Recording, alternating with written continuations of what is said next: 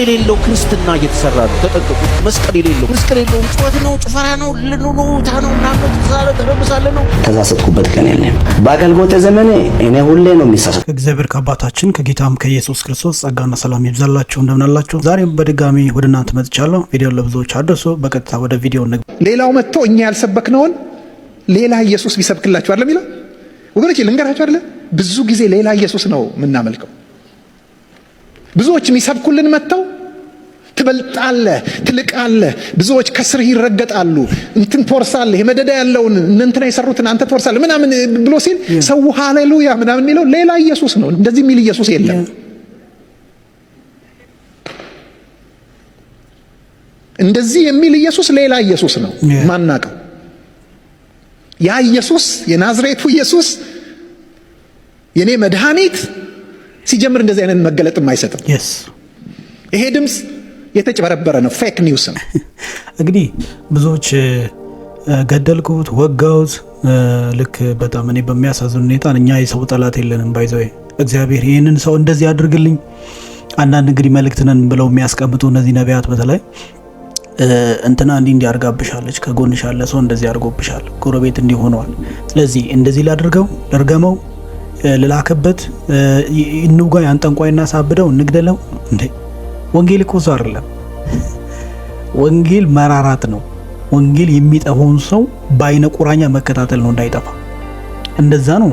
ለዛ ነው ጠቦቶች የተጠብቃለ ክርስቶስ ኢየሱስ ለጴጥሮስ የሰጠው። በዮሐንስ ወንጌል መጽሐፍ ምዕራፍ 21 ላይ ያዘው ነበር። ተወደኛለህ፣ ይሄን አድርግልኝ እያለ ይነግረው ነበር። ስለ በጎቹ የሚራራ እረኛ እንጂ ኢየሱስ አጥፊ አይደለም። ስለዚህ ሰው መማር ያለበት ከእረኛው ከዋናው ነው። እግዚአብሔር እረኛዬ ነው እንዳለ መዝሙረኛው በመዝሙር 23 ላይ፣ እንደዛው ደግሞ ጌታችን ኢየሱስ መልካም እረኛ ነኝ እንዳለው በዮሐንስ ወንጌል ምዕራፍ 10 ላይ እረኝነት መታደግ ነው። ሰዎች እንዲጠፉ ማድረግ አይደለም።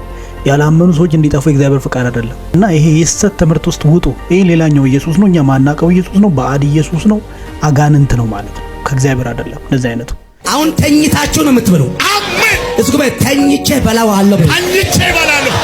ይሄ አመት ተኝታችሁ የምትበሉት አመት ነው። አሜን ማለት እስኪ አሜን።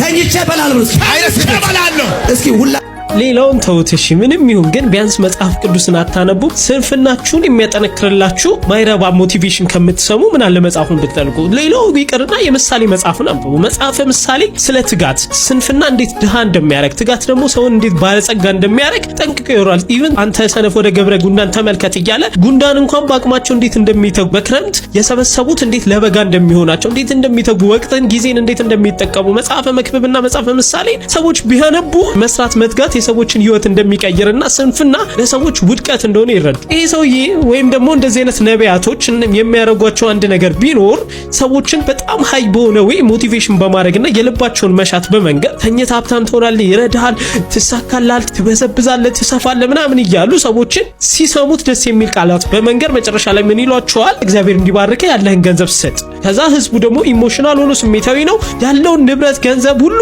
ለዛ ሰውዬ ይሰጣል። ነቢያቶቹ ሀብታም እየሆኑ ምእመኑ ደግሞ ድሃ እየሆነ ይሄዳል። አይደለም ኢትዮጵያ ውስጥ በሌላው ዓለም ራሱ ሰዎች ሳይሰሩ ተኝተው ሀብታም የሚሆኑበት ኦፕሽን እስካሁን የለም። ኢትዮጵያ ውስጥ እየኖርክ ደግሞ አይደለም ተኝተክ በስንፍና ሀብታም ልትሆን ይቀርና ሰርተ ጥረ ለፍተ ተክተ ራሱ ሰክሰስፉል የመሆን ቻንስ ከ10% በታች ነው። በጣም የሚለፉ ታትረው የሚሰሩ ሰዎች ራሱ ላይፍን ለማሸነፍ ከብዷቸዋል። አይደለም ተኝተ የሆነ ሱፐርናቹራል የሆነ ፓወር መጥቶ አንተን ሀብታም ያደርገ። ብሪሊያንት። እኔ ከዚህ ልጅ ጋር ስማማለሁ ብዬ አስቤ አላውቅም አንድ ቀን። ምክንያቱም ይሄ ልጅ ኤቲስት ነው፣ እምነት የለውም ማለት ነው። ግን የተናገረው ነገር በቃ መጽሐፍ ቅዱስ አይደለም። ምናልባት እንደው በዚህ ዘመን እንዲሁም በዚህኛው ዘመን ሌላው ደግሞ ቢቀር በዚህ በኢትዮጵያ እየኖርን ስራን አለመስራት ስንፍናን ማስተማር ማለት ካጋንንት ነው። ይሄ ሌላኛው ኢየሱስ ነው። አሁንም ይሄ ባህዱ ኢየሱስ ነው።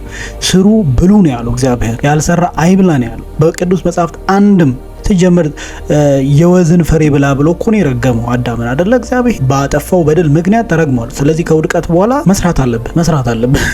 እንድትሰራ ታዞብሃል። እግዚአብሔር ነው ያለ እንድትሰራ፣ ሰርተህ እንድትበላ ያለ እግዚአብሔር ነው። ስለዚህ ሰርታችሁ ብሉ ወገኖች፣ አትሸውዱ። እነሱ እናንተን እያረዱ ነው፣ በእናንተ ኪሳቸውን እያደለቡ የሚኖሩት። እነሱ አይሰሩ አገለግላለሁ እያሉ ነው። አንተን እያገለገሉ በሚመስል መልክ አንተ ገንዘብ እየሰጣቸው የእነሱን ኪስ እያደለብክ፣ አንተ ግን እየተራቆትክ ነው የምትሄደው። ማለት አደገኞች ናቸው። ሰው ይሄንን ደፋር ማለት ነው። በድጋሚ ያሁኑ ሰውዬ ራሱ ተሳሳትኩበት ቀን የለም። በአገልግሎት ዘመኔ እኔ ሁሌ ነው የሚሳሳተው። በአገልግሎት ዘመንህ ተሳስቻለሁ ብለህ የምታምንበት አለ? ተሳስቻለሁ ብለህ የሚያምንበት? አዎ፣ ህዝብንም ይቅርታ መጠየቀው ጉዳይ ማለት ህዝብን ይቅርታ መጠየቅ አለብኝ ብለህ ታምናለህ? ተሳስቻለሁ ብለህ የምታገለው? በአገልግሎት ዘመኔ እኔ ሁሌ ነው የሚሳሳተው። እኔ በአገልግሎት ዘመኔ ያልተሳሳትኩበት ቀን የለም። እንደዚህ አይነት እውነተኛ ሐሰተኛ አገልጋዮች ጌታ ይባርካቸው። እውነተኛ ሐሰተኛ አገልጋዮች። ይሄ ሰው እኔ ሁል ጊዜ ነው የሚሳሳተው፣ በአገልግሎት ዘመኔ አንድም ቀን ትክክል ሆኜ አላቅም እያለ እንኳን የምትሄዱ ሰዎች ከሐሰተኛ ነቢያት በላይ ሐሰተኛ ምዕመናን የዞረባችሁ ምዕመናን እግዚአብሔርን ዋና ጉዳይ ማድረግ አቅቷችሁ እግዚአብሔርን ጉዳይ ገዳይና ጉዳይ አስፈጻሚ ያድርጋችሁ የምትዞሩ ሁል ጊዜ ለማመስገን እግዚአብሔርን ለማክበር ስለ ድነታችሁ እያሰባችሁ በእግዚአብሔር ደስ ለመሰኘት ሳይሆን እግዚአብሔር የጓዳችሁን ችግር እንዲፈታና ጉድለታችሁን ጥያቄያችሁን እንዲመልስ ዘንቢል ይዛችሁ የምትዞሩ ሰዎች ምንድነው ሰይጣን በዚህ ልክ ለምንድነው ጭንቅላታችሁን የደፈነ? እኔ በህይወቴ ዘመን ትክክል ሆኜ አላውቅም፣ በአገልግሎት ዘመኔ ሁሌ እንደሳትኩ ነው እያለ ሐሰተኛው ነቢይ እውነትን እየተናገረ ለምንድነው የምትጃጃሉት? እሱን ጌታ ይባርከው። ሐሰተኝነቱን እና ስሁት መሆኑን አንድም ቀን ተሳስቶ እንኳን ትክክለኛ ነገር አርጎ እንደማያል እየተናገረ ማለትም እኔ ሁሌ ሳትኩ ሰው ነኝ እያለ እሱ ጋር የምትሄዱ ሰዎች በሰላም ነው። ማን አዚም አደረገባችሁ?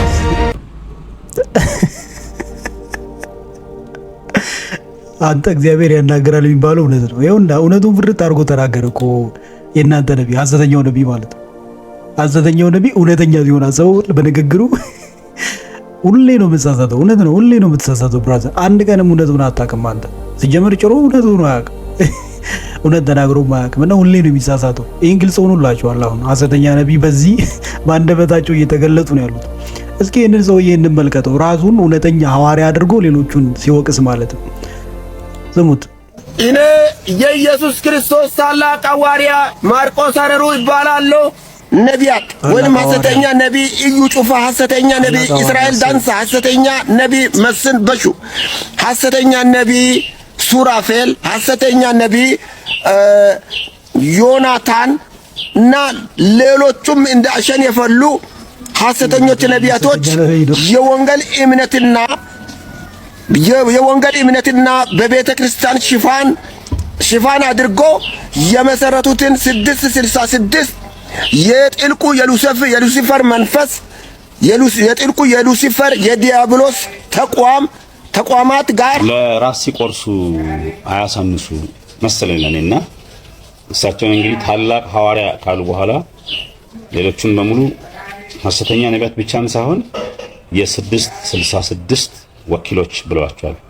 ምን ትላላችሁ እናንተ? ኧረ ምንም አይባልም። ይሄ ሰው እንዴት ራሱን ንጹህ አድርጎ ሌላውን ይወነጅላል? አንተ ታላቅ ሼም ነው ባይዘው፣ በጣም ሼም ነው። ትልቅ ሰው ነው ጥርሶ ታላቅ ሐዋርያ ብሎ እርሶን ራስዎትን መጥራት። ማን ነው ታላቅ ሐዋርያ ነኝ ብሎ የተናገረው በአዲስ ኪዳን? የትኛው ሐዋርያ ነው? እሺ የበጎ ሐዋርያት ናቸው እንደዛ ሲሉ የነበሩት 12ቱ ደቀ መዛሙርት ሐዋርያት የተደረጉ በክርስቶስ ታላቅ ሐዋርያ ነኝ እኔ ብለዋል። ጭንጋፍ ጭንጋፍ ብሎ ራሱን የገለጸው ታላቅ ሐዋርያ ነኝ አላለም ቅዱስ ጳውሎስ። እርሶ ራስዎትን ንጹህ አደረጉ፣ እዛ ሌሎቹን ነቢያት ሐሰተኛ። ደስ ይላል። ይሄ ና ጸልይለት ለዚህ ልጅ፣ ይሄ ልጅ ትምህርት አይገባውም ድንጋይ ነገር ነው ብለህ ነብዩም ሳይራራ ዱንቶ ፐርፌክት በሱ ላይ ተሰራ ዘንዶ ምናምን ይሏል። ዘንዶ ይላል። በቃ እየተቀየመ ቤት ውስጥ አፈራርሳችሁ ቸርች መጣችሁ። ከየት በምን እናስነሳችሁ? እናንተ ወጣቶች በንቀት ተሞልታችሁ፣ በትዕቢት ተሞልታችሁ፣ በኩራት ተሞልታችሁ የመጣችሁት ወላጆቻችሁ በየሰፈሩ በየቤቱ እየጎተቱ እያመጡ አናታችሁ ላይ ያስጫኑት ነገር ቸርችን እንድጠሉ አታርጉ። ዛሬ ቸርች ውስጥ በጸሎት ሙድ የሚይዙ ወጣቶች የተፈጠሩት ቸርች አይደለም፣ ቤት ውስጥ ለጸሎትም ለአገልጋይም ክብር የሌላቸው ሰዎች ቸርችን የሞሉት ቤት ውስጥ ፈተና ሲደርስ ነብይ ጠርተው እጅ እያስጫኑባቸው ልጆቹ ስትሬት ኤ ነው የምታመጣው ብሎ ኤፉን ሲደረድር አገልጋይ ዜሮ እየከተተ ይመጣል። ቤት ውስጥ ስንቶቻችሁ ናችሁ ቤት ውስጥ የተበላሸባችሁ? ይሄን አበላሽተ መንግስት መተቸት አይቻልም። መንግስት ምን ያርግ? መንግስትም ሰውዬ እኮ ሰውዬ እኮ አሁን ከታች ድረስ ሁሉም ሰው በድሮ የሚባል ነገር አለ። ሁሉም ሰው ደጁን ቢያጸዳ የሚባል ነገር አለ። አገር ምን ታደርጋለች? አለቃ ይሄንን ተግባራዊ ማድረግ አለብን። ይሄ ተረት አይደለም፣ እውነት ነው። ሁሉም ሰው ወደ የደጁ ቢመለስ፣ ወደ የቤቱ ቢመለስ፣ ሁሉም ያቀፈው እንደገና ቢያይ፣ ያቀፈው ላይ ስራ መስራት ቢችል፣ የሚያበላው የሚያጠጣው የሚያሳድገው ነገር ሰው ቢሆን ይሄ ስጋት እኮ አይኖር። እኛሽ እሺ፣ ልጆቻችን ግን ሀገር አልባ አይሆን። ቢያንስ አሁን የምትሰራ ከሆነ ማለት ካያችሁ እንግዲህ ብዙ ጊዜ በአመት መጨረሻ ወይም ደግሞ ኢንትራንስ ሲደርስ የ12ኛ ክፍል ተማሪዎችን እየወሰዱ ነቢያት ጋር በእርሳስ ይጸልያል፣ በሚሞሉት በሚቀቡበት እስክሪብቶ ይጸልያል። እኔ በጣም ነው የምታስቁኝ እናንተ ሰዎች። አሁን ያ ነቢይ ስለጸለየ ሰው ስትሬት ኤ ይመጣል። ካላጠና እንዴት ሆኖ ነው የተደገመበት እስክሪብቶ ኤ የሚያስመጣለት?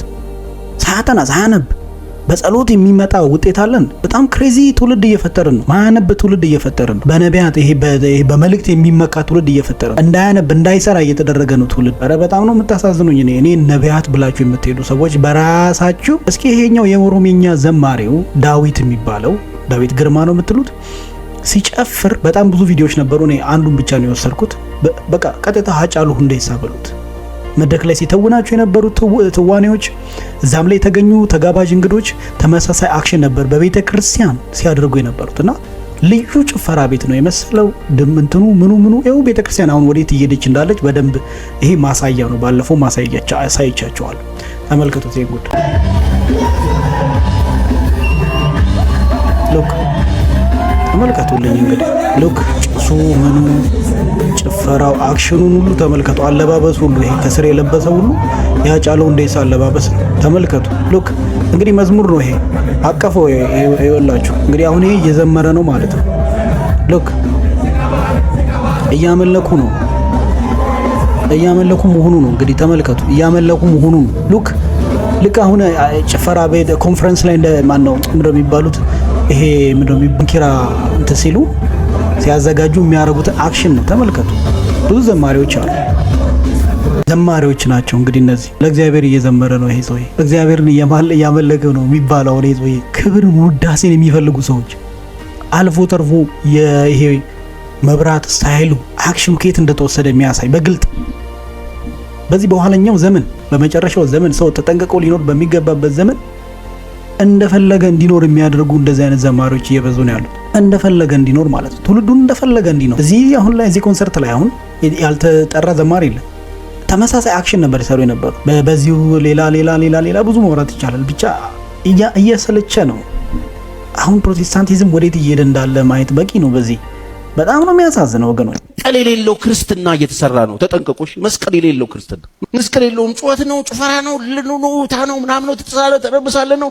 በመዝሙር መደነስ ነው፣ አክት ማድረግ ነው፣ ዳሌ ማንቀሳቀስ ነው። በመዝሙር ምንም ማከራ መቀበል የለም። ከዛ አምልኮ፣ ከዛ ጭፈራ፣ ከዛ ውካታ፣ ከዛ ዳንስ ወጥቶ ለመዘሞት ምንም ቅሬታ የሌለበት፣ ለመስረቅ ቅሬታ የሌለበት፣ እምቢ የሚሉት ኃጢአት የሌለበት ህይወት ክርስትና መስቀል የለውም። ይሄ ክርስትና ሞት አለበት። በየቀኑ እለት ራስን መስዋዕት ማድረግ የሚጠይቅ ይሄ አሁን የነገርኳችሁ ነገር ዋጋ ያስከፍላል። የእግዚአብሔር ቃል እንዳይሰደብ ለመኖር ዋጋ ያስከፍላል። እንደ ልብ መሮጥ የለውም። መስቀል አለው። ክርስትና ነውና የጌታ ስም እንዳይሰደብ፣ የጌታ ቃል እንዳይሰደብ፣ ትምህርቱ እንዳይሰደብ ዋጋ መክፈል ነው። ወንጌል ነው ይሄ። በውጭ ባሉ ዘንድ በዚህ ግልጽ የሆነ ነገር ምነግራችሁ፣ ፕሮቴስታንቲዝም በጣም ከባድ ነገር ውስጥ ነው ያለችው። በማለት ታድሶ ያስፈልጋቸዋል ወገኖች፣ ታድሶ ያስፈልጋል። እንዳጠቃ ለውጥ ያስፈልጋል። መንቃት አለበት ትውልዱ። አሁን እዚህ ጋር እንግዲህ ቪዲዮን የምትከታተሉ ቻናሉን የምታዩ ማለት ቪዲዮ የምትከታተሉ መድረስ አለባችሁ ለቤተክርስቲያን። ቤተክርስቲያን እየፈረሰች ነው ያለችው። ማንም የየራሱን ሱቅ ከፍቷል። ማንም ምንም አይባልም። አልፎ ተርፎ እንደምታዩት እንግዲህ በየመድረኩ ታዋቂ በሚባሉ ቤተክርስቲያኖች እነ መካነ ኢየሱስ ላይም ጨፈራ ሳይጀምር አይቀርም። በቅርቡ ሳይጀምር አይቀርም። ኦሬዲ ተጀምሯልም ሊሆን ይችላል። ብዙ ነገር እያየን ስለሆነ እና አሳሳቢ ደረጃ ላይ ነው ያለ ነው ወገኖች። አሳሳቢ ደረጃ ላይ ነው ያለ ነው። ለምንድን ነው እዚህኛ ቸርች ስንዘምር እንዲህ ማናሸበሽበ? እንደዚህ ማናሸበሽበ? ለምንድን ነው እንደዚህ ማናሸበሽበ? በቃ እግዚአብሔር በቂ ነው። እግዚአብሔር ለምንድን ነው አቤት ለምንድን ነው ብቻ እንደዚህ ነው። የኛ ቨርቲካል ሆሪዞንታል የእንትናን ዋይ ከባይብል አልጀመርንም። ከየት ጀመር? እዛ እያለን እዛ ሄድን ከባይብል አንጀምርም። ከአካባቢ ነው የምታይ ታያለ። እንዲህ ሲሉ አየህ። ከዛስ ባይብል ላይ አለ የለም የለም ታይና ሲሉ አየህ። በቃ አንተ ከቀኝም ወደ ግራም ከታችም ወደ ላይ ማድረግ ትሞክረዋለህ አይደል? ከዛ ደግሞ እንዲህ ሲሉ አየህ። እንዴትም ብለህ ያበላሽህም ለመርከው። ከዛ ደግሞ ጴንጤ ሆንክ። ስትመጣ እዚህ ደግሞ ታያለህ። ስታይ እዚህ ሆሪዞንታል የለም፣ ሁሉም ቨርቲካል። እውነቱ ዘት አይደለም። ከዛ እንደ አዲስ ትለማመዳለህ። እንደ አዲስ ከባይብል ነው ከመንፈስ ነው አይደለም፣ ከአካባቢ ነው የምታጠል። የእናቴ ቤት ጣውላ ቤት ነው። እናቴ የምትኖርበት የጣሊያን ጣውላ ቤት ነው። እዛ ነው ያደኩት። እና ጎረቤታችን ጴንጤ አለች። በግድግዳ እንለያለን፣ የነሱም ጣውላ እና አንድ ቀን ቅዳሜ ምሽት ነው ውርጥ ማለዳ እንደሆነ ብቻ ጣውላው ዋ ይላል። ኧረ ምንድነው ይሄ ነገር? ለካ ልጅቷ ለእናትየው ሽብሸባ እያስጠን እንዲህ ነው የሚባለው። እማዬ እናትየው የሞከረች ነው። ዋ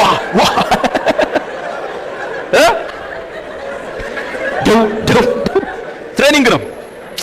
ከየት ከግራም ከባይብል ብዙ ነገር ከባይብል ቢጀመር ጥሩ ነው። ይሄ ነው እንግዲህ ቨርቲካል ሆኗል። አሁን ጭፈራ፣ ሆሆታ፣ በጣም ብዙ ቪዲዮዎች አሉ። ቲክቶክ ላይ የሚዘዋወሩ ቪዲዮዎችን ብዙዎቻችሁ ታውቃላችሁ። ከባህል አንጻር ነው ከምን አንጻር ነው ተብሎ ይሸፋፈናሉ። ሲመከሩ አይወዱም ዘማሪዎቹ፣ ሲነገራቸው አይወዱም። የአምልኮ መሪዎቹ አያውቁትም። ኳይሮቹ እንዴት ማምለክ እንዳለበት አይረዱም። የድሮ ቤተክርስቲያን ጠፍታለች። አሁን ላይ የማቃት ቤተክርስቲያን የለችም ብዬ ነው ማምኖ። አሁን አም ሶሪ ቱ ሂር በቃ ማየት ራሱ ያስፈራኝ። ቤተክርስቲያን በዚህ ሰዓት ውጥንቅጧ እየወጣ ነው የሚገኘው ማለት ነው። አሳሳቢ ሁኔታ ነው ያለነው። ለቤተክርስቲያን ልንደርስ ይገባል።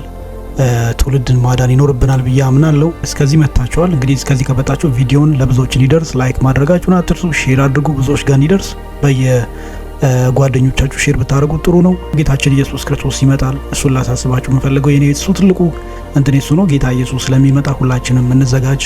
ማራናታ። የጌታ ጸጋና ሰላም ይብዛላችሁ።